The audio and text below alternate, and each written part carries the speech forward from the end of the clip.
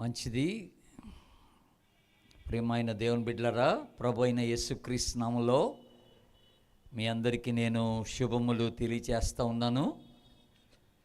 దూరంగా ఆయా ప్రాంతాల్లో ఉండి మైక్ ద్వారా వినబడుతున్న ఈ మాటలను వింటున్నటువంటి ప్రజలు మిమ్మల్ని అందరిని బట్టి కూడా నేను ప్రభుని స్తుతిస్తూ ఉన్నాను. మీరు ఎంతో ఆసక్తితో ఈ రీతిగా వాక్యాన్ని వింటున్నందులకై మిమ్మల్ని అందరినీ కూడా నేను అభినందిస్తూ ఉన్నాను. ప్రియమైన దేవుని బిడ్డలారా,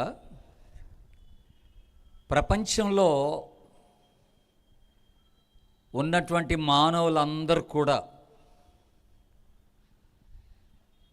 ఒక ఇద్దరు వ్యక్తుల్లో ఒక వ్యక్తి యొక్క అధికారం కింద తప్పనిసరిగా ఉంటారన్నమాట. ఇంకో మాటలో చెప్పాలంటే ప్రపంచమంతా కూడా మానవులందరూ కూడా ఒక ఇద్దరి ఆధిపత్యం కింద నడిపించబడుతూ ఉంటారు. ఇద్దరి అధికారం క్రింద నడిపించబడుతూ ఉంటారన్నమాట. ఆ ఇద్దరు ఎవరు అంటే, ఒకరు దేవుడు. కొంతమంది దేవునికి సమర్పించుకొని దేవుని యొక్క అధికారం క్రింద దేవుని యొక్క చెప్పు చేతుల్లో నడుచుకునే వాళ్ళు ఉంటారు. కొంతమంది ఆయన ఎలా చెప్తే అలా జీవించే వాళ్ళు ఉంటారు. కొంతమంది ఆయన ఇష్టమే నేను జరిగించాలి, ఆయన కోరుకున్నదే నేను చేయాలనుకునే వాళ్ళు కొంతమంది ఉంటారు. ఇది ఒక గుంపు. మరో గుంపు ఎవరంటే సాతాను అధికారం క్రింద ఉండేవాళ్ళు ఉంటారు కొంతమంది. ఇది తప్పదు. ఈ ఇద్దరు వ్యక్తుల్లో ఎవరో ఒకరి అధికారం క్రింద ఇక్కడ కూర్చున్న మనందరం ఉంటాం అన్నమాట. నువ్వు ఎంత కాదన్నా నువ్వు దేవుని ఆధిపత్యం కింద, దేవుని అధికారం క్రింద నువ్వు లేవు అని అంటే అర్థం ఏంటంటే నువ్వు సాతాను అధికారం క్రింద ఉన్నావు అని అర్థం అన్నమాట. ఇంకంతకు మించి వేరే మాట లేదు. ఈ సాతాను అధికారం క్రింద ఎక్కువ మంది ఉంటారు. ఎందుకంటే లోకమంతా కూడా సాతాను యొక్క ఆధిపత్యంలో ఉందని బైబిల్ చెప్తా ఉంది. ఈ లోకాధికారి సాతానుడు, యుగ సంబంధమైన దేవత సాతానుడు. ఆడు చేసే పని ఏంటంటే ప్రపంచంలోని అన్ని మతాలు, అన్ని కులాలు, అన్ని జాతులకు చెందిన వారిని వాని యొక్క ఆధిపత్యం కింద పెట్టుకొని, వాని అధికారం క్రింద పెట్టుకొని వాళ్ళ జీవితాల్ని పాడు చేస్తుంటాడు అనమాట. అది సంగతి ఆడు చేసే. ఆడు మంచోడు కాదు, సాతాను మంచోడు కాదు. ఎవ్వరు కూడా దేవుని నమ్మకూడదని ఆడు ఆలోచన. ఎవరైనా దేవుని నమ్ముకోవడానికి, యేసు ప్రభుని నమ్ముకోవడానికి ప్రయత్నం చేస్తే వాళ్ళ మనసుని పాడు చేస్తాడు అన్నమాట సాతానుడు. వాళ్ళ ఆలోచనలు పాడు చేస్తాడు. దేవునికి ఎంత దూరంగా, యేసు ప్రభుకి ఎంత దూరంగా తీసుకొని వెళ్ళగలుగుతామో అంత దూరంగా తీసుకొని వెళ్ళిపోతాడు అన్నమాట. ఆడి పనంతా ఏంటంటే మనల్ని నాశనం చేయడమే. మన నాశనం కోరేవాడు సాతానుడు, మనకి నష్టం కలిగించేవాడు సాతానుడు, మనల్ని నరకపాత్రలుగా చేసేవాడు సాతానుడు. యేసు ప్రభు ఏమన్నాడంటే, మీరెవరు నశించడం నాకు ఇష్టం లేదన్నాడు. మీకు జీవం ఇవ్వడానికి నేను వచ్చాను, అది కూడా సమృద్ధికరమైన జీవితాన్ని నేను ఇవ్వడానికి వచ్చాను అన్నాడు. లోకంలో ఎవరివ్వలేని ఒక అద్భుతమైనటువంటి జీవితాన్ని మీకు ఇవ్వడానికి వచ్చానని యేసుప్రభు అంటున్నాడు. సాతాను అధికారం క్రింద ఉన్నవాడు, వాడు ఏ అధికారం క్రింద ఉంటాడంటే దురాత్మల అధికారం క్రింద ఉంటాడనమాట. దురాత్మల శక్తులన్నీ కూడాను సాతాను ఆధిపత్యం కింద ఉంటాయన్నమాట. గుర్తుపెట్టుకోవాలి మీరు. దయ్యాలు, భూతాలు, దురాత్మ శక్తులు ఇవన్నీ కూడా సాతాను అధికారం క్రింద ఉంటారన్నమాట వీళ్ళంతా. కానీ ఒక వ్యక్తి దేవునికి అప్పగించుకోకుండా, యేసు ప్రభుకి సమర్పించుకోకుండా ఉన్నాడు అని అంటే దాని అర్థం ఏంటంటే ఆడ అప్పటికే సాతాను చేతిలో ఉన్నాడని అర్థం అన్నమాట. ఇది మనం గుర్తుపెట్టుకోవాలి. కనుక ఒకవేళ ఏదన్నా ఒక వ్యక్తి సాతానుకి అప్పగించుకుంటే ఆ సాతానుడు ఆయన ఏం చేస్తాడో చెప్తాను, ఒక 2-3 మాటలు ముందుగా. ఆ తర్వాత యేసుప్రభు ఏం చేస్తాడో చెప్తాను. మీరు ఇక్కడ కూర్చున్న వాళ్ళు మార్కు సువార్త 5వ అధ్యాయం చూడండి. ఓ చక్కని మాట మీకు గుర్తు చేస్తాను. అక్కడ నేనే చదువుతున్నాను, మీరు గమనించాలని కోరుతున్నాను. మార్కు సువార్త 5వ అధ్యాయం మొదటి నుండి కొన్ని వచనాలు చదువుతున్నాను, గమనించండి. వారు ఆ సముద్రమునకు అద్దెరనున్న గెరాసేనుల దేశమునకు వచ్చిరి. ఆయన దోణి దిగగానే అపవిత్రాత్మ పట్టిన వాడొకడు సమాధుల్లో నుండి వచ్చి వారికి ఎదురుపడెను, ఆయనకు ఎదురుపడెను. వాడు సమాధుల్లో వాసము చేసేది వాడు. జాగ్రత్త వినండి, ఎక్కడ వాసం చేస్తున్నాడు? సమాధుల్లో వాసం చేస్తున్నాడు. సంకెళ్లతోనైనను ఎవడునూ వానిని బంధింపలేకపోయాను. పలుమారు వాని కాళ్ళకును చేతులకును సంకెళ్ళు వేసి బంధించినను వాడు ఆ చేతి సంకెళ్ళు తెంచి కాలి సంకెళ్ళను తుత్తినీళ్ళగా చేసెను గనుక ఎవడును వానిని సాధుపరచలేకపోయాను. ఏమండోయ్ వింటున్నారా? వాడు ఎల్లప్పుడూ రాత్రింబగళ్ళు సమాధుల్లోనూ కొండల్లోనూ కేకలు వేయచ్చు తన్ను తాను రాళ్లతో గాయపరుచుకొనిచుండెను. అక్కడ ఒక నిమిషం ఆగండి. ఇప్పుడు విన్నరా? అపవిత్రాత్మ చేత పట్టబడిన ఒక వ్యక్తి కనపడుతున్నాడు ఇక్కడ. నేను ఇందాక ఓ మాట అన్నాను, సాతాను చెప్పు చేతుల్లో ఉండేవాడు ఎవడనంటే దురాత్మ అధికారం క్రింద ఉండేవాడు అన్నమాట. అపవిత్రాత్మ చేత పీడింపబడేవాడని అర్థం. ఇంకో మాటలో చెప్పాలంటే అపవిత్రాత్మ అంటే ఏంటి? ఈ ఆత్మ మంచిది కాదని, అపవిత్రమైనది అని అర్థం. అపవిత్రమైనది గనుక ఈ అపవిత్రమైన ఆత్మ బట్టినోడు అపవిత్రమైన పనులే చేస్తాడు. ఈ సాతానుడు వాడితో అపవిత్రమైన పనులే చేయిస్తాడు.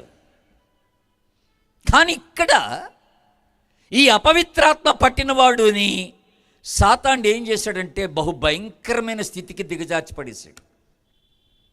ఎలాంటి స్థితికి తీసుకెళ్ళాడంటే దేవుని బిడ్డరా, ఆడి మనసు లేదు, ఆడికి పిచ్చోడు అయిపోయాడు. వాడి ఆలోచన వాడి స్వాధీనంలో లేదు, ఆడు చేసే పనులు ఆడి స్వాధీనంలో లేవు. సాతాను యొక్క అపవిత్రాత్మ యొక్క స్వాధీనంలో ఉన్నాయి వాడి ఆలోచనలన్నీ. ఆడి కంట్రోల్లో లేడు. వాడు అనుకున్నది ఏమీ సాధించలేడు, వాడు అనుకున్నది ఏమీ చేయలేడు, వాడు ఎక్కడికి వెళ్ళాలో అక్కడికి వెళ్ళలేడు, వాడు ఏం మాట్లాడాలో అది మాట్లాడలేడు. ఎందుకంటే వాడి జీవితం అంతా కూడా ఆ సాతాను అపవిత్రాత్మ యొక్క అధికారంలో ఉందన్నమాట. అక్కడ బందీ అయిపోయాడు. విచారం ఏంటంటే బైబిల్ ఏం చెప్తుందంటే ఆడు సమాధుల్లో నివాసం చేస్తున్నాడట. ఇల్లు లేదుక, ఇల్లు వదిలేశాడు, కుటుంబంతో సంబంధం లేదు, సమాజంతో సంబంధం లేదు, స్నేహితులతో సంబంధం లేదు, సంఘంతో సంబంధం లేదు. నా అన్నవారు ఎవరు వాడితో లేరు. ఎవడు మనుషులతో తిరగట్లేదు. ఆడు బైబిల్ ఏం చెప్తుందంటే ఆడు సమాధుల్లో నివాసం చేస్తున్నాడు. సమాధుల్లో ఎవరు ఉంటారండి? శవాలు ఉంటాయి, చచ్చిన వాళ్ళు ఉంటారు. వీడు బతికాడన్న మాటే కానండి, వీడి జీవితం అంతా శవాల మధ్య సాగిపోతూ ఉంది. అది దుస్థితి, అది విచారకరమైన పరిస్థితి. మనుషులెవరితో వీడి సహజీవనం సాగట్లేదు, కుటుంబంతో సంబంధం లేదు, స్నేహితులతో సంబంధం లేదు, వీడు ఒంటరివాడైపోయాడు. వీడు సమాధుల్లో శవాల మధ్య తిరుగుతున్నాడు, శవాల మధ్య తిరుగుతున్నాడు. అదే బైబిల్ చెప్తున్న మాట ఇక్కడ. ఆడికి నిద్ర లేదు, ఆడికి నెమ్మది లేదు. ఇంకొక మాట ఇక్కడ రాయబడిన మాట ఏంటనంటే అండి, వాడట ఎల్లప్పుడూ 5వ వచనంలో ఎల్లప్పుడూ రాత్రింబగలు సమాధుల్లో కొండల్లో కేకలు వేయచు తిరుగుచుండెను. బాబోయ్, ఊహించుకోగలరా మీరు? నాన్ స్టాప్, విరామము లేకుండా కేకలెట్టేస్తున్నాడు. రేయింబగుళ్ళు అరుచుకోవడమే, పెద్ద పెద్దగా అరుచుకుంటా ఆ సమాధుల్లో తిరుగుతున్నాడు. రాత్రి వేళ అయితే ఇంకా ఆ అరుపులన్నీ కూడా ఆ ఊరోళ్ళందరికీ వినపడతాయి అనమాట. ఎందుకంటే సమాధుల దొడ్డి ఊరు బయట ఉంటుంది కనుక వీడు అక్కడి నుంచి అరుస్తుంటే ఊరోళ్ళందరూ వినేవాళ్ళు అనమాట. అంత పెద్దగా వినపడేది అనమాట. ఎందుకంటే వీడిలో ఉన్నది ఎవరంటే దురాత్మ, అపవిత్రాత్మ, సాతాను యొక్క అధికారం క్రింద వీడి జీవితం సాగుతుందన్నమాట. దేవుని బిడ్డలారా, ఎంత దయనీయమైన స్థితి అండి. నిద్ర లేదు, నెమ్మది లేదు, అరుస్తున్నాడు, కేకలు పెట్టుకుని తిరుగుతున్నాడు, ఎవరితో సంబంధం లేదు, ఒంటరిగా శవాల మధ్య ఆడి జీవనాన్ని సాగిస్తున్నాడంటే ఎంత భయంకరమైన దుస్థితిలో ఉన్నాడో మీరు అర్థం చేసుకోండి. దీనికి పైపెచ్చు ఇంకో పని చేస్తున్నట్టుగా ఇక్కడ బైబిల్ చెప్తా ఉందండి. 5వ వచనంలో ఆడేం చేస్తున్నాడట, తను తాను రాళ్లతో గాయపరుచుకుంటున్నాడట. మీరు ఊహించుకోగలరా? నేనేమనుకుంటానంటే ఈ పాటికి ఆడు ఒంటి మీద బట్టలు కూడా ఉండవు. ఆడు ఏం చేస్తున్నాడో ఆడికే తెలీదు. పీక్కుంటాడేమో, అన్నీ ఇలాగా లాగేసుకుంటాడేమో. కనపడ్డ ప్రతి రాయి తీసుకొని ఆ శరీరాన్ని కొట్టేసుకున్నాడంట, శరీరాన్ని కొట్టేసుకుంటున్నాడు అనమాట. గాయం అయిపోయి రక్తాలు కారిపోతున్నాయి శరీరంలో నుండి. అంటే సాతానుడు ఎంత భయంకరమైన స్థితికి తీసుకెళ్ళిపోయాడో మీరు ఒకసారి ఊహించండి. ఈరోజు కూడా చాలామంది జీవితాలు సాతానుడు ఇలాగే చేసేస్తున్నాడు. దురాత్మ పట్టాల్సిన పని లేదు, కానీ అంటే దయ్యం పట్టిందని కాదు, కానీ సమాధుల్లో ఉండనక్కర్లేదు, కానీ మన ఊర్లోనే మన మధ్యలోనే తిరుగుతూ కొంతమంది సాతాను యొక్క చెప్పు చేతల్లో ఉండేవాళ్ళు ఉన్నారు ఈరోజు. వాళ్ళ స్వాధీనంలో వాళ్ళ జీవితాలు లేవు. తాము గాయపరుచుకుంటూ తిరుగుతున్నారు. మాదక ద్రవ్యాలు, డ్రగ్స్, మందు కొట్టడం, వ్యభిచారం, పాన్ పరాకులు, గుట్కాలు, సిగరెట్లు, అన్ని రకాలైన పాపపు అలవాట్లకు లోనైపోయి తమ్ము తామే గాయపరుచుకుంటున్నటువంటి వాళ్ళు చాలామంది ఉన్నారు ఈరోజు. వీళ్ళంతా ఎవరి చెప్పు చేతల్లో సాగుతున్నారంటే సాతాను యొక్క చెప్పు చేతల్లో సాగుతున్నారు. దురాత్మ ప్రభావం అన్నమాట ఇది. ఇది అపవిత్రాత్మ ప్రభావం అన్నమాట వాళ్ళ మీద. వాళ్ళు బయటపడదామన్నా కుదరదు. సాతాను బయటపడినాడు. ఈ జీవితం బాగుందనుకుంటారు. వాడి జీవితం గాయపరచబడుతున్నా, వాడి శరీరం పాడైపోతున్నా, వాడి ఆరోగ్యం క్షీణించిపోతున్నా, వాడు ఆ అలవాట్లో నుంచి బయటపడలేనటువంటి ఒక స్థితిలో ఉన్నాడనమాట. ఈరోజు ప్రజలు చాలామంది, యవనస్తులు కూడా చాలామంది ఇలాంటి ఒక దుస్థితిలో సాగిపోతున్నారు. దేవుని బిడ్డలారా, అనేకమైనటువంటి దుర అలవాట్లకు తాము అప్పగించుకొని తెలియకయే సాతాను అధికారం క్రింద జీవిస్తున్నారు చాలామంది. నెమ్మది లేదు, నిద్ర లేదు, సరిగ్గా భోంచేయడు, టైంకి ఇంటికి రాడు, మధ్యరాత్రి ఎప్పుడో వస్తాడు. వాడు ఎక్కడికి వెళ్తున్నాడో, ఏం చేస్తున్నాడో, ఎవరితో తిరుగుతున్నాడో ఎవరికీ తెలీదు. ఒక గమ్యం లేదు, ఒక గురి లేదు, ఒక ఉద్దేశం లేదు, ఒక క్రమమైన జీవితం లేదు. ఈ రోజున సాతానుకి అప్పగించుకునేటువంటి ప్రతి వాడు అలాగే జీవిస్తున్నాడు. ఎవడికి ఉపయోగం లేని జీవితం ఇది.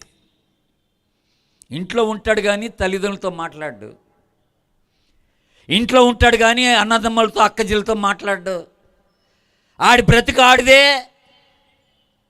గదిలో ఒక్కడే ఉంటాడు, ఆడక్కడ ఏం చేస్తాడో తెలీదు, జీవితం పాడైపోతుంది. సాతాను ఒంటరిని చేస్తాడు అలాగా. వీడు ఇక్కడ డైరెక్ట్గా, ఇప్పుడు ఇక్కడ మనం చదువుకున్నటువంటి మనిషి వీడిని సాతాను ఏం చేస్తాడంటే డైరెక్ట్గా సమాధుల దొడ్లోకి తీసుకొచ్చి పడేశాడు, శవాల మధ్య పడేశాడు. కానీ ఈ రోజున మన ఇంట్లో ఉన్న మన యవనస్తులే మన ఇంట్లో ఉన్నట్టుగా ఉంటున్నారు కానీ మనతో సంబంధం లేకుండా ఉంటున్నారు. వాళ్ళు ఒంటరిగా ఉంటున్నారు, ఎవరితో మాట్లాడలేదు. ఆడు ఏం చేస్తాడో ఆడికే తెలియట్లేదు. అనేకమైనటువంటి అలవాట్లకి తమను తాము అప్పగించుకొని వాళ్ళ జీవితాలు పాడు చేసేసుకున్నారు. ఆశ్చర్యం ఏంటంటే దేవుని బిడ్డలారా, వీడున్న ఊరు సముద్రానికి దగ్గర, చీరాల లాంటిది అన్నమాట. ఇక సముద్రానికి ఒడ్డున ఉంటుంది ఊరు. యేసు ప్రభు పడవ మీద వచ్చాడట ఆ ఊరికి. సమాధులు దొడ్డు అంటే ఊరు మధ్యలో ఉండదు సర్వసాధారణంగా, ఊరు బయటే ఉంటుంది. ఊరంతా ఒకవైపు ఉంటే సమాధుల దొడ్డి మరొక వైపు ఉంటుంది అన్నట్టు. ఇప్పుడు యేసు ప్రభు పడవలో వచ్చాడట. ఇంకో విషయం చెప్పడం మర్చిపోయాను నేను. వీడు ఇలాగ రాత్రులంతా కేకేసుకుంటా, రేయింబగులు కేకలు వేసుకుంటా, రాళ్ళు పెట్టి కొట్టుకుంటా, తను గాయపరుచుకుంటా, చికాకు చేస్తూ ఉంటే ఆ ఊరోళ్ళు చాలా ప్రయత్నాలు చేశారు ఈయన్ని అదుపులో పెట్టాలని. వాళ్ళు చేసిన ప్రయత్నాల్లో ఒక ప్రయత్నం ఏంటంటే ఇనుప గొలుసులు తీసుకొచ్చి కట్టేశారండి ఈయన్ని.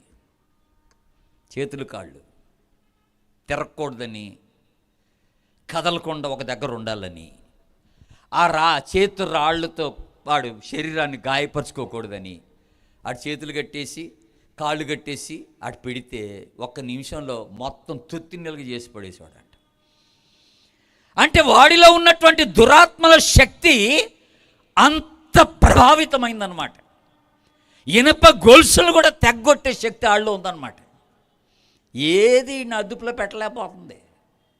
ఊరోళ్ళు చేతులు ఎత్తేసారు, మా వల్ల కదరు బాబు వీడిని కంట్రోల్ చేయడం, వదిలేశారు. ఇక అంతే, ఈయన ఎవడేం చేయలేడు. ఇక మా వల్ల అవడం లేదని వదిలేశారు. పాపం ఆ కుటుంబ సభ్యులు ఎంత ఏడుస్తూ కూర్చున్నారు ఇంట్లో. మా ఓడి బతికేలాగైపోయింది ఏటిరా బాబు అనుకున్నారు. ఇప్పుడు యేసు ప్రభు అనుకోకుండా పడవలో దిగాడండి ఆ ఊర్లోకి. నాకు ఇది చదువుతుంటే ఆశ్చర్యం వేసింది. పడవలో దిగినోడు ఊరిలోకి వెళ్ళాలి మనుషుల్ని కలవడానికి. యేసు ప్రభు వాడు ఆశ్చర్యం ఏంటంటే యేసు ప్రభు ఊరిలోకి వెళ్ళట్లేదు, సమాధుల తోటలోకి వెళ్తున్నాడు యేసు ప్రభు. ఇదేంటి? ఆయన పక్కనున్న శిష్యులందరూ ఆశ్చర్యపోయి ఉంటారు, ఏటి ప్రభా ఇటు వెళ్తున్నారు ఏంటి మీరని. సమాధుల తోటి ఇది, మీరు ఇటువైపు వెళ్తున్నారు ఏంటి, ఊర్లోకి వెళ్ళాలి కదా. యేసు ప్రభు చెప్పాడు, అబ్బాయి నాకు పని ఇక్కడే రా, అక్కడ కాదన్నాడు. నేను వచ్చింది వీడి కోసమే. వీడి ఇలాగా తన జీవితాన్ని పాడు చేసుకోవడం నాకు ఇష్టం లేదు. వీడు సాతాను యొక్క అధికారం క్రింద ఉండటం, అపవిత్రాత్మ చేత పీడింపబడటం నాకు ఇష్టం లేదు. నేను వీడిని విడిపించడానికి నేను వచ్చాను ఇక్కడికి. పాపులను రక్షించుటకు క్రీస్తు యేసు లోకమునకు వచ్చాడు. అందరూ ఆమేనండి. అంతే. నువ్వు పాపివైతే, నువ్వు సాతాను చేత పీడించబడుతున్నట్లయితే, ఈ రాత్రి నువ్వు తెలుసుకోవాల్సినటువంటి ఒక గొప్ప మాట ఏంటంటే యేసు ప్రభు నీ కోసమే వచ్చాడు. నీ కోసం వచ్చి ఆయన ప్రాణం పెట్టాడు. ఆయన శిలువలో రక్తం కార్చి నీ పాపానికి ప్రాయశ్చిత్తం చేశాడు ఆయన. ఆయన ఒక మంచి మాట అన్నాడు, ఒక మిషనరీ గారు. అదేంటంటే, ఈ భూమి మీద నువ్వు ఒక్కడివే ఉన్నా కూడా, ఈ భూప్రపంచంలో నువ్వు ఒక్కడివే ఉన్నా కూడా యేసు ప్రభు నీ కోసం వచ్చి చనిపోయేవాడే అన్నాడు ఆయన. ఏదో ఈ రోజున ఇన్ని కోట్ల కొలది మంది ఉండబట్టి యేసు ప్రభు రాలే. నువ్వు ఒక్కదానివే, నువ్వు ఒక్కడివే ఈ భూమి మీద ఉన్నా నీ రక్షణ కొరకై, నీ విడుదల కొరకై, నీ విమోచన కొరకై యేసు ప్రభు పరలోకాన్ని విడిచిపెట్టి వచ్చేవాడే. గుర్తుపెట్టుకో, ఆయన ప్రేమ అంతటిది నీ పట్ల, నా పట్ల. ఇక ఇలాగా సాతాను చేత పీడింపబడుతున్నటువంటి వ్యక్తిని విడిపించడానికి యేసు ప్రభు ఈ ఊరిలో అడుగుపెట్టేశాడు. తిన్నగా సమాధుల దొడ్డికి వెళ్ళిపోయాడు, ఊరిలోకి వెళ్ళకుండా. విషయం ఏంటంటే, దేవుని బిడ్డలారా, అంత దూరం నుంచి చూశాడు ఈ దయ్యం పట్టినోడు, ఈ అపవిత్రాత్మ పట్టినోడు యేసుప్రభుని చూశాడు, గుర్తుపట్టేశాడు. సాతానుడికి యేసుప్రభు ఎవరో తెలుసు బాగా, దయ్యాలకి తెలుసు యేసుప్రభు ఎవరో. నీకు తెలియదంటేనే విచారం. దయ్యాలకి తెలుసు యేసుప్రభు ఎవరో. ఎంత అద్భుతమైనటువంటి మాట దేవుని బిడ్డలారా. యేసు సర్వోన్నతుడు అయినటువంటి దేవుని కుమారుడా, నువ్వెందుకు ఇటు వస్తున్నావు? నువ్వు మా వైపు ఎందుకు వస్తున్నావు? వాడిలో ఉన్న దయ్యాలు మాట్లాడుతున్నాయి, వాడిలో ఉన్న అపవిత్రాత్మలు మాట్లాడుతున్నాయి. వీడి కేకేస్తున్నాడు.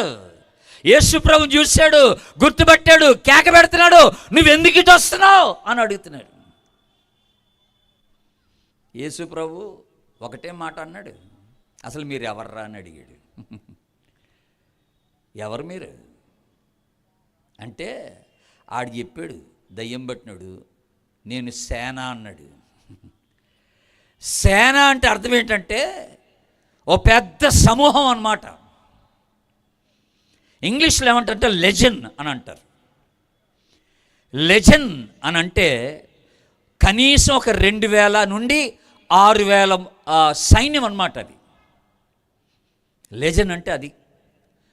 రోమా పటాలం అంటాం దాన్ని మనం. కోహట్ అంటారు. రోమన్ కోహట్ అంటే రోమా సైన్యంలో 2000 నుండి 6000 మంది ఒక సైన్యం అన్నమాట. అది అంత శక్తి వీడిలో ఉందన్నమాట, ఈ దయ్యం పట్టినోళ్ళలో ఉందన్నమాట. మేము సైన్యం అంటున్నారు వాళ్ళు. అందుకనే గొలుసులు పెట్టి కట్టేసిన తుత్తి నీలుగా చేసి పడేస్తున్నాడు. వాడిలో 2000 ఆత్మల శక్తి ఉందన్నమాట. వాడు దురాత్మల శక్తి వాడిలో పనిచేస్తుంది అన్నట్టు. అప్పుడు యేసుప్రభు ఎంత చక్కగా అన్నాడంటే, అపవిత్రాత్మ అని అన్నాడు. ఒకటే మాట, ఈయన వదిలేయ్ అని అన్నాడు, అంతే. ఒకటే మాట. ఈరోజు చాలామంది సేవకులు ఇంత శక్తి లేదు వాళ్ళలో. దయ్యాలను ఎదిరించే శక్తి లేక జుట్టు లాగి పోతవా పోవా పోతవా పోవా అని ఓ కొట్టి కొట్టి కొట్టి కొట్టి ఆయన చంపేస్తున్నారు, కానీ వాళ్ళు ఉన్న దయ్యాన్ని అలగొట్టలేకపోతున్నారు. యేసు ప్రభు ఎప్పుడు కూడా దయ్యం పట్టినోడిని పట్టుకోలేదండి, ఆయన ఆజ్ఞాపించాడు అంతే. దయ్యాలపైన అధికారం కలిగిన వాడు, దేవునికి స్తోత్రం చెప్పండి, హల్లెలూయా. దురాత్మలపైన అధికారం కలిగిన వాడు యేసు ప్రభు. ఎలాంటి దుష్ట శక్తులున్నా వాటిపైన అధికారం కలిగిన వాడు యేసు ప్రభు. మంత్రశక్తులపైన, చేతబడులపైన అధికారం కలిగిన వాడు యేసు ప్రభు. ఈయన ఎవరో అని అనుకుంటున్నావా? ఈయన శక్తి మామూలు శక్తి కాదు. ఈయన ఒక్క మాట చెప్తే చాలు దయ్యాలు వణికిపోతాయి అంతే. వీడిలో ఉన్న ఇంత పెద్ద సమూహం అపవిత్రాత్మ ఈ మనిషిని వదిలేయ్ అని అండంగానే వాళ్ళంతా లోపట బాడీలో ఉన్న ఈ అపవిత్రాత్మలన్నీ వణికేసి బతిలు నడుకున్నాయి, దయచేసి అయ్యా మమ్మల్ని కాపాడయ్యా, మమ్మల్ని చంపేయొద్దయ్యా, ఇదిగో అక్కడ పందులు ఉన్నాయి, ఆ పందుల్లోకి పంపించేసయ్యా. ఆశ్చర్యం ఏంటంటే, యేసు ప్రభు ఆజ్ఞాపిస్తే వీళ్ళు ఉన్న అపవిత్రాత్మలు అన్నీ పోయి పందులో దూరేయట. బైబిల్ ఏం చెప్తుందంటే 2000 పందులు చచ్చిపోయాయంట ఆ రోజున. మరి ఆ పందుల కాపర్లు ఏం చేశారో నాకు తెలియదు, కానీ బైబిల్ రాయలేదన్నమాట. 2000 పందులు చచ్చిపోయాయి. ఒక్క పందిని పట్టుకోవడం చాలా కష్టం, దొరకదు అది. ఒక పందికి ఉండే బలం ఇంత అంత కాదండోయ్, మీకు తెలుసు. మరి 2000 పందులు ఒకేసారి చచ్చిపోయినాయి అంటే ఈ ఒక్క మనిషిలో 2000 పందులను చంపే శక్తి వీడిలో ఉందన్నమాట. దురాత్మ శక్తి, అంత బలమైన శక్తి వీళ్ళలో పనిచేస్తుంది అనమాట. ఒక్క మాట చెప్తే దెబ్బకే దయ్యం పారిపోయింది, దురాత్మలు పారిపోయినాయి. 1000 కొలైది దురాత్మలు ఆయన వదిలేసింది. ఒకసారి దేవుని స్తోత్రం చెప్పండి, హల్లెలూయా. దెబ్బకు సెట్ అయిపోయాడు మనోడు, విడుదల పొందాడు. ఏదో నిదానంగా రోజు రోజుకి ఒక్కొక్క అలవాటు మాంటం కాదండి ఇది. నువ్వు యేసు ప్రభుకి సంపూర్ణంగా ఎప్పుడైతే నిన్ను అప్పగించుకుంటావో, యేసు ప్రభు ఒక్క మాట చెప్తే నీ జీవితంలో విడుదల కలుగుద్ది. నీకంతే, ఎటువంటి అలవాటు నుంచైనా నీకు విడుదల కలుగుద్ది. రాను నిదానంగా మాంటం కాదండి అది. నేను రోజుకి 30 సిగరెట్లు తాగేవాడిని. ప్రతి సిగరెట్లో గంజా పెట్టుకొని తాగేవాడిని నేను. ఒక రాత్రి ప్రభు నాతో మాట్లాడితే నేను ప్రభుతో ఇదే మాట అన్నాను, ప్రభువా నేను రోజుకి 30 సిగరెట్లు గంజా నింపుకొని తాగుతున్నాను, నేను ఎట్ట మానుకోవాలన్నాను. ఇది నా వల్ల కాదన్నాను. అప్పుడు యేసుప్రభు అన్నాడు, నన్ను బలపరచువాని యందు నేను సమస్తమును చేయగలనన్న మాట నాకు గుర్తు చేశాడు బైబిల్లో. ఇది నా వల్ల అవుద్దిరా అన్నాడు. ఆ రాత్రి సిగరెట్లు మొత్తం పడేసాను బయటికి. మోకరించి దేవునికి నన్ను నేను సమర్పించుకున్నాను. మీకు ఒక విషయం చెప్పనా, రోజుకి కొన్ని సిగరెట్లు మానేయటం జరగలేదు నాకు. ఒకేసారి ఒకే దెబ్బతో 30 సిగరెట్లు అవుట్ తీసి పడేసాను. ఇక తెల్లారి నుండి ఒక్క సిగరెట్ ముట్టలేదు ఈ రోజు వరకును. యేసు ప్రభు ఇచ్చే విడుదల అలాంటిది. యేసు ప్రభులో ఉన్న శక్తి అలాంటిదే. నువ్వు ఎలాంటి పాపపు అలవాటుకి లోనైనా యేసు ప్రభు నీకు విడుదల ఇవ్వగలడు. ఆయనకు అసాధ్యమైంది ఏం లేదు. ఆయనకి అన్నిటి మీద అధికారం ఉంది. జంతువుల పైన అధికారం ఉంది, సృష్టి పైన అధికారం ఉంది, తుఫాను పైన అధికారం ఉంది, జబ్బుల పైన అధికారం ఉంది, దయ్యాల పైన అధికారం ఉంది యేసు ప్రభుకి. నా మాట నమ్మండి, ఆయనకు అసాధ్యమైంది ఏం లేదు. నువ్వు ఆయన బిడ్డవైతే నిన్ను కాపాడతాడు. ఒరిస్సా రాష్ట్రంలో ఇది నిజంగా జరిగిన సంగతి చెప్తున్నాం మీకు. ఒక గ్రామంలో హో జాతి ప్రజలు నివసిస్తున్నారు. ఆ జాతి పేరే హో జాతి అంటారు. ఆ గ్రామంలో చాలా కుటుంబాలు యేసు ప్రభువుని నమ్ముకున్నాయి, విశ్వాసులు అయ్యారు. మరికొన్ని కుటుంబాలు వారు నమ్ముకోలేదు, ప్రభువుని నమ్ముకోలేదు.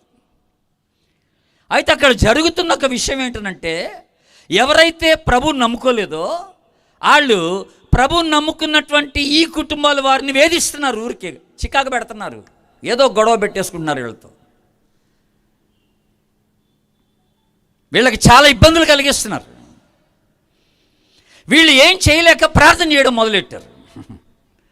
దేవుని సన్నిధిలో ఆ ప్రజల కొరకు ప్రార్థన చేస్తున్నారు. వీళ్ళ యొక్క క్షేమం కొరకు, వీళ్ళ యొక్క విడుదల కొరకు కూడా ప్రార్థన చేస్తూ ఉన్నారు ఈ విశ్వాసులంతా. ఒక రాత్రి ఏం జరిగిందో తెలుసా అండి? అద్భుతం జరిగింది. ఆ ఊరు అడవి ప్రక్కనే ఉంటుందన్నమాట. ఆ ఊరి పక్కనే పెద్ద అడవి. ఆ అడవిలో నుంచి ఒక రాత్రి ఏనుగుల మంద వచ్చింది బయటికి. ఏనుగుల మంద, ఇది నిజంగా జరిగిన సంగతి చెప్తున్నా. ఆ ఏనుగుల మంద వచ్చి ఏం చేసిందో తెలుసా? ఆశ్చర్యపోతారు. తెల్లారితే వాళ్ళు చూసిన సంగతి ఏంటంటే, అక్కడున్నటువంటి అవిశ్వాసుల ఇండ్లన్నీ ధ్వంసం చేసి పడేస్తాయి. కేవలం యేసు ప్రభువుని నమ్ముకున్న ఆ ఇండ్లు మాత్రం వదిలేసాయట. ఇది ఎంత ఆశ్చర్యమండి బాబు. ఇప్పుడు ఇక్కడ ఒక విశ్వాస ఇల్లుండి ఆ పక్కన అవిశ్వాస ఇల్లుంటే, ఆ విశ్వాస ఇల్లు వదిలేసి ఆ అవిశ్వాస ఇంటిని ధ్వంసం చేసి పడేసాడు. మళ్ళీ ఒక 2 ఇండ్ల తర్వాత మళ్ళీ ఒక విశ్వాస ఇల్లుంటే ఈ 3 ఇండ్లని 2 ఇండ్లని పాడు చేసి ఆ విశ్వాస ఇండి ఏం చేయకుండా ఏనుగులు కాపాడేసాయట. దేవునికి స్తోత్రం చెప్పండి. హల్లెలూయా. అసలు ఏంటండి అద్భుతం? దేవుడిచ్చిన అధికారం. జంతువులు కూడా దేవుడు తన స్వాధీనంలో పెట్టుకుంటున్నాడు. ఆయన చెప్తే జంతువులు కూడా మాటినాల్సిందే. విష పురుగులు కానీ సర్పాలు కానీ ఆయన మాట వినాల్సిందే. చికల్దరా ప్రాంతంలో మహారాష్ట్రలో మా మిషనరీస్ చిన్న గుడిసెలో ఉంటున్నారు. వాళ్ళకి చిన్న పిల్లలు, 2 చిన్న పిల్లలు ఉన్నారు. 1 సంవత్సరంన్నర పిల్లలు, 2 చిన్నపిల్లలు. అంటే 2 సంవత్సరాలు ఒకడికి, సంవత్సరం ఒకడికి. చాప మీద పడుకున్నారు రాత్రి వేళ. విషయం ఏంటంటే మధ్యరాత్రి భార్య లేచిందట, గబుక్కని మెలకు వచ్చి. లేస్తే ఆమె చూసిన సంఘటన ఏంటంటే ఈ 2 చిన్న పిల్లల మధ్య ఓ పెద్ద నల్ల త్రాసు పడుకొని ఉందట. నల్ల త్రాసు, పాము ఈ చిన్న పిల్లల మధ్య పడుకొని ఉందో చుట్టుకొని అలాగా. మరి ఇప్పుడు కదిలిస్తే అది కాటేస్తుంది పిల్లల్ని. పిల్లల్ని కదిలించిన ప్రమాదమే, పామును కదిలించిన ప్రమాదమే. ఎవరో ఒక పిల్లోడిని కాటేసిందంటాడు, చచ్చిపోతాడు. నల్ల త్రాసు కదా, బహువిషం. ఏం భయపడిపోయింది. భర్తగాని లేపింది. ఏమండి చూడండి పరిస్థితి చూడండి అంది.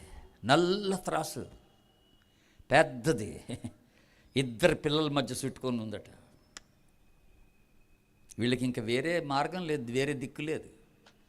వీళ్ళు చేసిన పని ఏంటో చెప్పనండి, అక్కడికక్కడే మోకరించారు. 2 మోకరించి ప్రార్థన చేయడం మొదలెట్టారు. ప్రభా, నీకు అన్నిటి మీద అధికారం ఉంది కదా. జంతువులపైన, సృష్టిపైన, దయ్యాలపైన, అపవిత్రాతలపైన అధికారం కలిగిన వాడవు నీవు. నువ్వు సర్వశక్తిమంతుడవు నీవు. నీకు అసాధ్యమైంది ఏమి లేదు కదా ప్రభా. నా పిల్లల్ని కాపాడండి నాయన, ఈ పామును అక్కడి నుంచి తీసేయండి ప్రభా అని ప్రార్థన చేశారట. ప్రార్థన చేసి ఆమెను అనగానే అక్కడ పాము లేదు. దేవునికి స్తోత్రం చెప్పండి. హల్లెలూయా. పాము లేదు, అది వెళ్ళిపోయింది. దాని అంతటికి అది వెళ్ళిపోయింది. ఈ రోజున నువ్వు వింటున్న ఈ యేసు ఎవరు? సృష్టిపైన అధికారం కలిగిన వాడు, దయ్యాలపైన అధికారం కలిగిన వాడు, జబ్బులపైన అధికారం కలిగిన వాడు, ఈవెన్ మరణం పైన అధికారం కలిగిన వాడు. భద్రాచలం ప్రాంతంలో కోయా ప్రాంతం, ఒక 15-20 సంవత్సరాల కుర్రోడు, ఆడికి జబ్బు చేస్తే వాళ్ళ అమ్మ ఆడిని ఆ కొత్తగూడెం ఆ ప్రాంతానికి తీసుకొచ్చిందట. ఆ కోయా ప్రాంతంలో నుండి కొత్తగూడెం తీసుకొచ్చి హాస్పిటల్ చూపిస్తే డాక్టర్ గారు ఒక 4 రోజులు ఉంచుకున్నారు. కానీ ఆడు బాగా కాలేదు, ఏడు చచ్చిపోయాడు. కొడుకు చచ్చిపోయాడు. డాక్టర్ గారు ఇక ఏం చేయలేమో అన్నాడు. శవాన్ని తీసుకెళ్ళిపోండి అన్నాడు. ఈమె గారికి ఏం చేయాలో తెలియదు పాపం. ఆ శవాన్ని తీసుకొని ఒక లారీలో వేసుకుందట, వెనక లారీలో, మళ్ళీ వాళ్ళ గ్రామానికి తీసుకెళ్ళిపోవడానికి. ఆ లారీలో శవం వేసుకొని వెనకాల ఆ శవం దగ్గర కూర్చొని వెళ్తూ ఉంటే ఆశ్చర్యం ఏంటంటే ఆ లారీ డ్రైవరు ఒక విశ్వాసట, క్రైస్తవుడు. వాడు ఆడేం చేశాడు, లారీలో యేసుప్రభు పాటలు పెట్టాడట, క్యాసెట్. యేసుప్రభు పాటల క్యాసెట్ ఆన్ చేశాడు.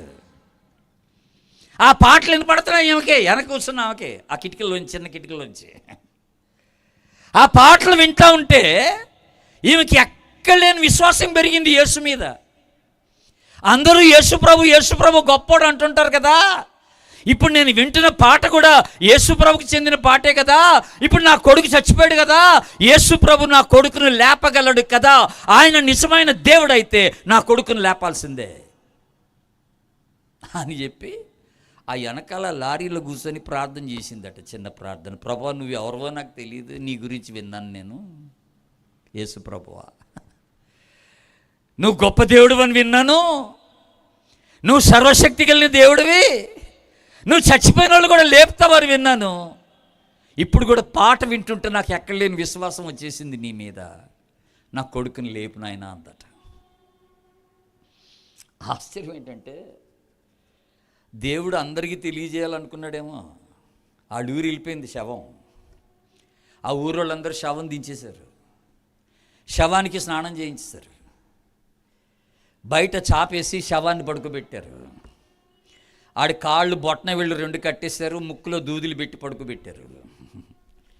ఈమెను అడుగుతున్నారట, మరి ఎప్పుడు పాతి పెట్టమంటావు అని అడుగుతున్నారట. ఈవన్నట మీరు పాతి పెట్టద్దు, యేసుప్రభు లేపుతాడు అందట. నా కొడుకుని యేసుప్రభే లేపుతాడు. వాళ్ళు అనుకున్నారు ఈమెకి పిచ్చెత్తిపోయింది, కొడుకు చచ్చిపోయినందుకు మతిపోయింది, ఎట్టబడితే ఎట్ట ఆమె మాట్లాడేస్తుంది, అసలు ఇప్పుడు చచ్చిన వాళ్ళు లేవడం ఏంటి అనుకున్నారు వాళ్ళంతా. తెల్లారుతుండగా ఇక వాళ్ళ శవాన్ని తీసేద్దాం అనుకున్న టైంకి ఆడి దిగ్గును కదిలిడ్లు లేచాడట. దేవునికి స్తోత్రం చెప్పండి. లేచి కూర్చున్నాడు. ఆడు ముక్కులోంచి దూదులు తీసి పడేసారు. ఇది నిజంగా జరిగిన సంగతే. కనీసం మేము మా యొక్క మ్యాగజైన్లో ఎక్కడ రాయలే, అయ్యంలో జరిగింది అది.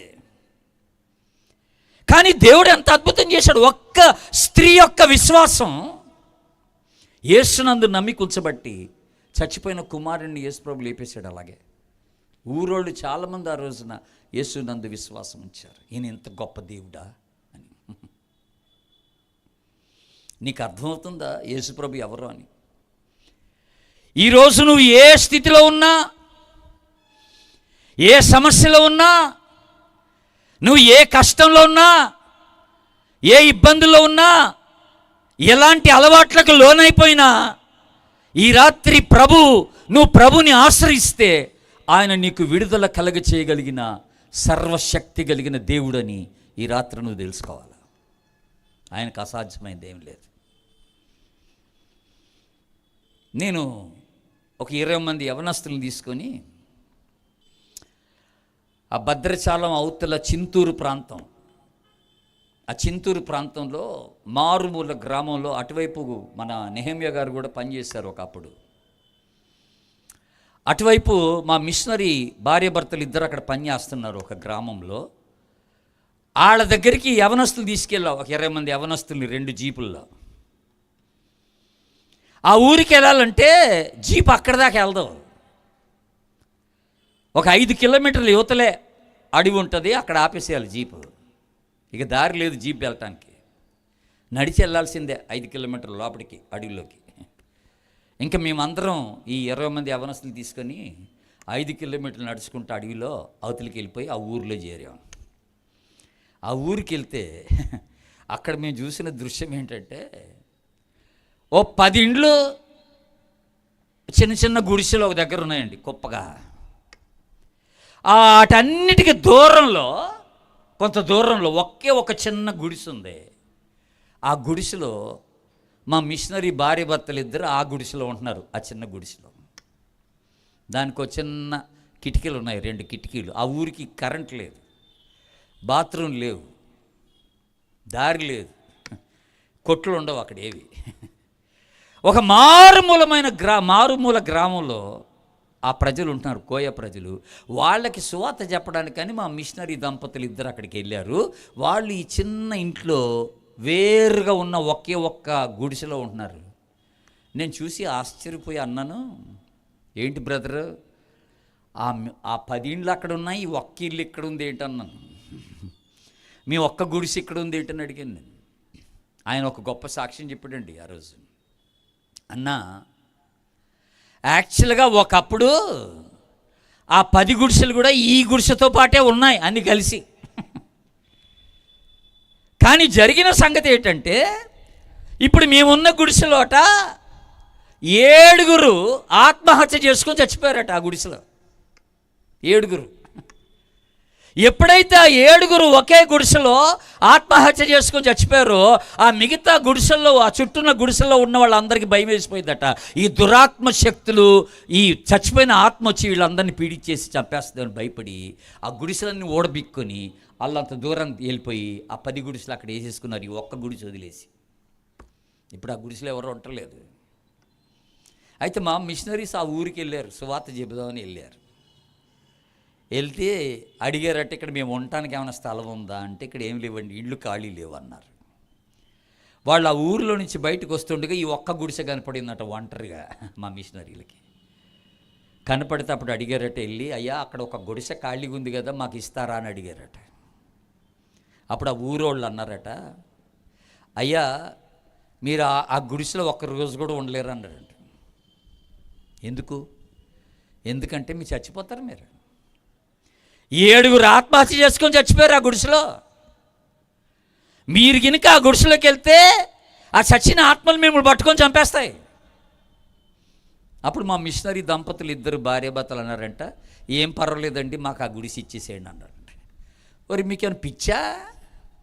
చస్తారంటారేంటి మీరు? చంపేస్తారా బాబు ఈ ఆత్మలు. మీరు ఆ గుడిసెలోకి వెళ్తారంటారు ఏంటంటే, మాకు ఆ గుడిసే కావాలన్నారట.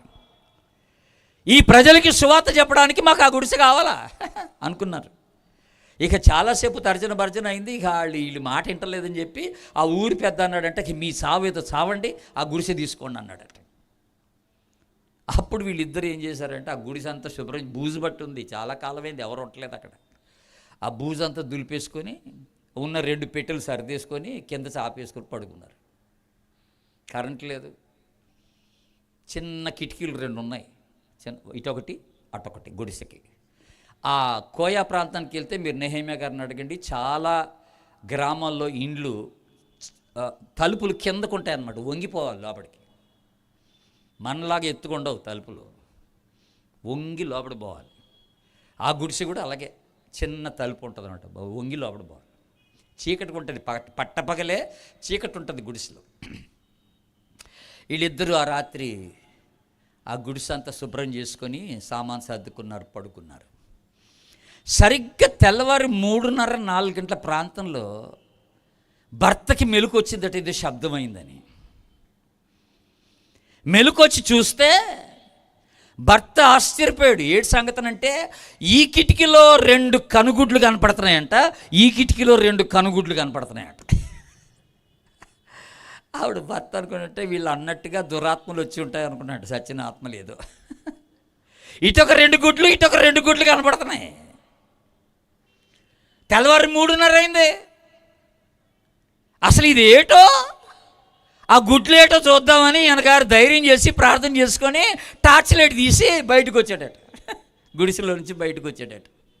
బయటకు వస్తే ఈయన చూసింది ఏట్రా బాబు అంటే, ఆ ఊరోళ్ళందరూ గుడిసె చుట్టూ ఉన్నారట. ఆ గుడిసె చుట్టూ ఉండి ఆ చిన్న కిటికీలోంచి తొంగి చూస్తున్నారండి, వీళ్ళు ఉన్నారా పోయారా అని. ఈయన ఆశ్చర్యపోయాడు. బయటికి రాగానే ఊరోళ్ళంతా ఉన్నారు అక్కడ. ఆ 10 ఇళ్ళ వాళ్ళు వచ్చారు.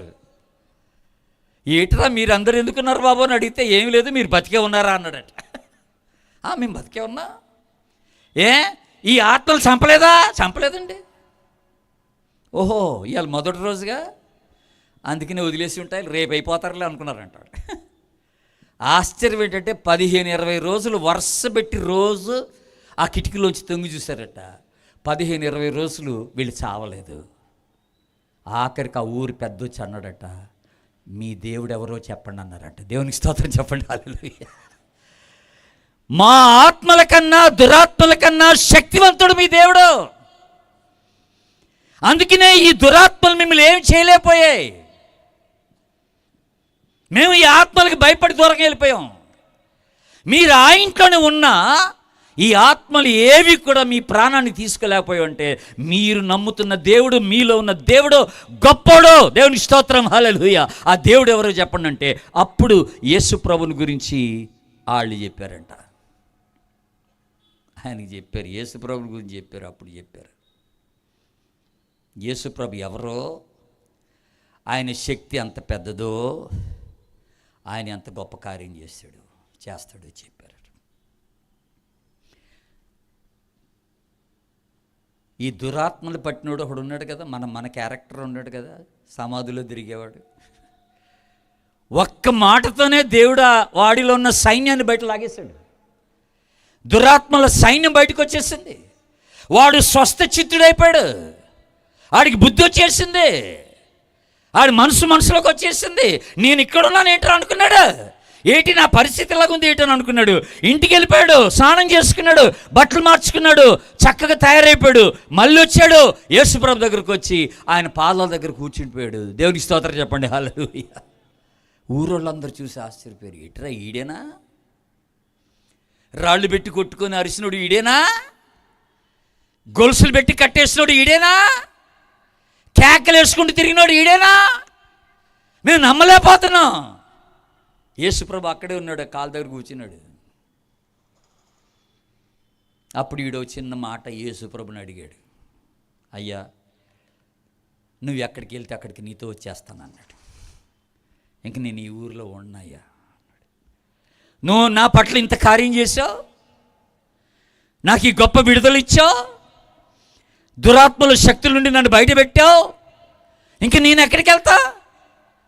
నేను నీతో వచ్చేస్తాను అన్నాడు. అప్పుడు యేసుప్రభు నవ్వి ఆయన చూసి అన్నాడు, అరే అబ్బాయి, నువ్వు ఇప్పుడే నాతో రావద్దురా, ఓ చిన్న పని చేయమన్నాడు. మొట్టమొదటిగా మీ ఇంటికి వెళ్ళమన్నాడు. మీ ఇంటి వారికి చెప్పు, దేవుడు నీలో చేసిన కార్యం నీ ఇంటి వారితో పంచుకో. ఈ దేవుడు ఎంత గొప్పడో, ఎంత శక్తివంతుడో, ఈయనకున్న అధికారం ఏంటో, నీలో జరిగిన కార్యం ఏంటో నీ ఇంటి వారితో పంచుకోరా వెళ్ళి అంటే ఈడు వెళ్ళిపోయాడు, హ్యాపీగా వెళ్ళిపోయాడు.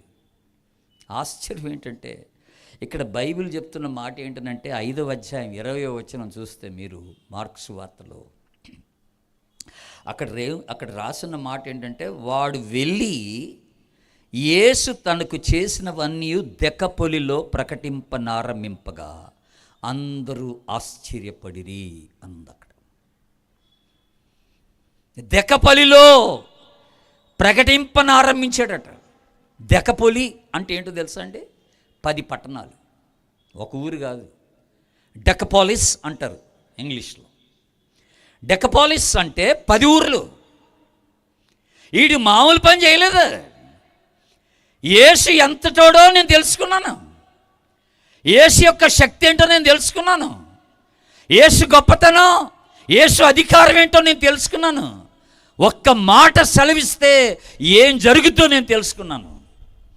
ఆయన మాటలో శక్తి ఉంది, ఆయన స్వరంలో శక్తి ఉంది, ఆయన చేతిలో శక్తి ఉంది, ఆయన వస్త్రాల్లో శక్తి ఉంది. ఆయన చూస్తే దురాత్మ శక్తులు వణికిపోతాయి. పరిస్థితుల్ని తారుమారు చేయగలిగిన సమర్థత కలిగిన సర్వశక్తి కలిగిన దేవుడు యేసు ప్రభు. దేవునికి స్తోత్రం చెప్పండి, హల్లెలూయా. ఈ యేసు ప్రభుడు గురించి నేను మా కుటుంబీకులకు మాత్రమే చెప్పడం ఏంటి? నేను ఉండలేను, చెప్పకుండా ఉండలేనని చెప్పి 10 ఊర్లు తిరిగాడట ఈడు యేసు ప్రభు గురించి చెప్పుకుంటా. మరి నువ్వేం చేస్తున్నావు? నిజంగా యేసు యొక్క అనుభవం నీకుంటే, యేసు నీ జీవితంలో చేసిన కార్యాన్ని గురించిన అనుభవం నీకుంటే నువ్వు మౌనంగా ఉండలేవు. కనపడ్డ ప్రతోడికి నువ్వు యేసు ప్రభు గురించి చెప్పేస్తావు. నేను ఈ రాత్రి చెప్తున్న మాట ఏంటంటే, మైక్లో ఎవరెవరైతే దూరం నుంచి వింటున్నారో జాగ్రత్త వినండి. మీరెవరోనో తెలీదు, మీ సమస్య ఏటో, మీ ఇబ్బందులు ఏటో, మీరు దేని చేత పీడింపబడుతున్నారో నాకు తెలీదు. కానీ ఈ రాత్రి యేసు ప్రభు మిమ్మల్ని అందరినీ ప్రేమిస్తున్నాడు. మీకు విడుదల ఇవ్వడానికి యేసు ప్రభు ఈ రాత్రి మీ గురించి ఆలోచన చేస్తున్నాడు. నువ్వెక్కడ కూర్చుంటే అక్కడ, నువ్వెక్కడ నుండి నిలబడి వింటుంటే అక్కడ యేసు నందు విశ్వాసం ఉంచి, ప్రభువా నా జీవితంలో ఒక మంచి కార్యం చేయాలి నాయనా అని ప్రార్థన చేయి. నేనున్న పరిస్థితి నీకు తెలుసు ప్రభువా, నేను ఎలాంటి పరిస్థితుల్లో ఇరక్కపోయానో, ఎలాంటి పాపంలో ఇరక్కపోయానో, ఎలాంటి దురాత్మల శక్తుల చేత నేను పీడింపబడుతున్నానో నీకు తెలుసు ప్రభువా. దయచేసి నాకు విడుదల నీవు. నీ వంటి గొప్ప దేవుడు లేడని ఈ రాత్రి నేను తెలుసుకున్నాను. నువ్వు సర్వశక్తి కలిగిన దేవుడు అని ఈ రాత్రి నేను తెలుసుకున్నాను. నాకు ఒక అవకాశం ఈ ప్రభువా. చిన్న ప్రార్థన చేసుకోను, నువ్వు ఎక్కడుంటే అక్కడే. దేవుడు నీ జీవితంలో ఈ రాత్రి గొప్ప కార్యం చేస్తాడు, నీకు విడుదలనిస్తాడు. సర్వశక్తి కలిగిన దేవుడు. నిన్న చూసాం, అన్నీ ఎరిగిన దేవుడు, సర్వజ్ఞాని. ఆయనకి ఏది మరుగై ఉండదు, ఆయనకి తెలియదంటూ ఏముండదు. ఈ రాత్రి మరో మాట ఈ యేసు ప్రభు గురించి చెప్తున్న మాట ఏంటంటే, ఈయన సర్వశక్తి కలిగిన దేవుడు, అన్నిటిపైన అధికారం ఉంది. సృష్టిపైన, జంతువులపైన, విష సర్పాలపైన, జబ్బులపైన, మరణం పైన, దురాత్మల శక్తులపైన అధికారము కలిగినటువంటి దేవుడు యేసు ప్రభు. ఈ రాత్రి నీ సమస్య ఏంటో ఆయనకి చెప్పుకో, విడుదల అడుగు. దేవుడు నీకు విడుదలనిస్తాడు. ఏ మానవుడు నీకు విడుదల ఇవ్వలేడు. నీ జ్ఞానం సరిపోదు, నీ ప్రయత్నం సరిపోదు, నీ తెలివితేటలు పనికిరావు, నీ కుటుంబం ఏం చేయలేదు నిన్ను, ఈవెన్ డాక్టర్ కూడా ఏం చేయలేడు నిన్ను. యేసు ప్రభు సెలవిస్తే నువ్వు లేచి కూర్చుంటావు అంతే. యేసు ప్రభు సెలవిస్తే నీ జీవితం బాగుపడుతుంది. యేసు ప్రభుకు ఒక అవకాశం ఇచ్చి చూడు. ఈ రాత్రి తళ్ళు వంచండి, ప్రార్థన చేసుకుందాం. అందరు తళ్ళు వంచండి, ప్రార్థన చేసుకుందాం. ఎక్కడోళ్ళు అక్కడే ప్రార్థన చేసుకుందాం. దూరంలో ఆయా ప్రాంతాల్లో మైక్ ద్వారా వింటున్న ప్రియమైన బిడ్డలారా, మీరెవరో నాకు తెలియదు, కానీ ఈ రాత్రి ప్రభు మాటలు మీరు వింటూ యేసు ప్రభు మీ జీవితాల్లో కార్యం చేయాలని మీరు ఆశపడుతుంటే, మీరున్న స్థలంలోనే చిన్న ప్రార్థన చేసుకోండి మీ హృదయంలో. ప్రభువా, ఈరోజు మీ గురించి విన్నాను, మీరు సర్వశక్తి కలిగిన దేవుడు అని విన్నాను.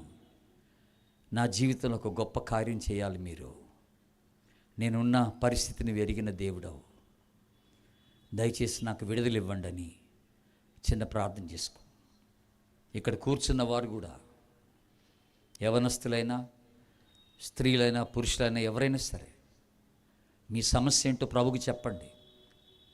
మీరు దేంట్లో ఇరుక్కుపోయారో, ఏ పరిస్థితి నుంచి బయటపడటానికి ప్రయత్నం చేస్తున్నారో ప్రభుకి చెప్పండి. ఆయన చేయలేదంటూ ఏం లేదు. అసాధ్యమైన వాటిని సాధ్యపరచగలిగిన దేవుడు ఆయన, సర్వశక్తి కలిగిన దేవుడు. నీ జీవితంలో ఒక గొప్ప కార్యం ప్రభు చేస్తాడు. ఈ రాత్రి ప్రార్థన చేసుకో. ప్రేమగల తండ్రి, పరిశుద్ధుడైన మా ప్రభువా, ఈ రాత్రి పరలోక సింహాసనం నుండి మా అందరితో సూటిగా మాట్లాడినందుకు వందనాలు. నీవెవరివో మరొకసారి మాకు గుర్తు చేసినందుకై స్తోత్రం దేవా. నీకు అసాధ్యమైనది ఏం లేదని, నువ్వు సర్వశక్తి కలిగిన దేవుడవని, అన్నిటిపైన అధికారం కలిగిన వాడవని, నీ అధికారం క్రింద ఏ అధికారం పనిచేయదని ఈ రాత్రి నువ్వు బయలుపరిచిన విధానం బట్టి నీకు వందనాలు. ఎవరెవరు ఏ పరిస్థితిని గురించి ప్రార్థన చేస్తున్నారో నీకు తెలుసుదేవా. ఎవరికి ఏ విడుదల కావాలో నీకు తెలుసుదేవా. అట్టి వారి జీవితాన్ని మీరు సంధించి మీ కృపలో వారికి విడుదలనిచ్చి, నీవే నిజమైన దేవుడు అని, నువ్వు రక్షకుడు అని, నువ్వు ఎవరు నశించుట ఇష్టపడే దేవుడు కాదని నిన్ను నీ వాళ్ళకి బయలుపరచుకొని నీ కార్యం జరిగించి మీరు మహిమ పొందుమని నిన్ను స్తుతిస్తూ ఘనపరుస్తూ బిడ్డలందరినీ మీ కృపాహస్తాలకు అప్పగించుకుంటూ యేసు పరిశుద్ధ నామమున కృతజ్ఞతతో ప్రార్థించి వేడుకుంటున్నాము తండ్రి. ఆమేన్.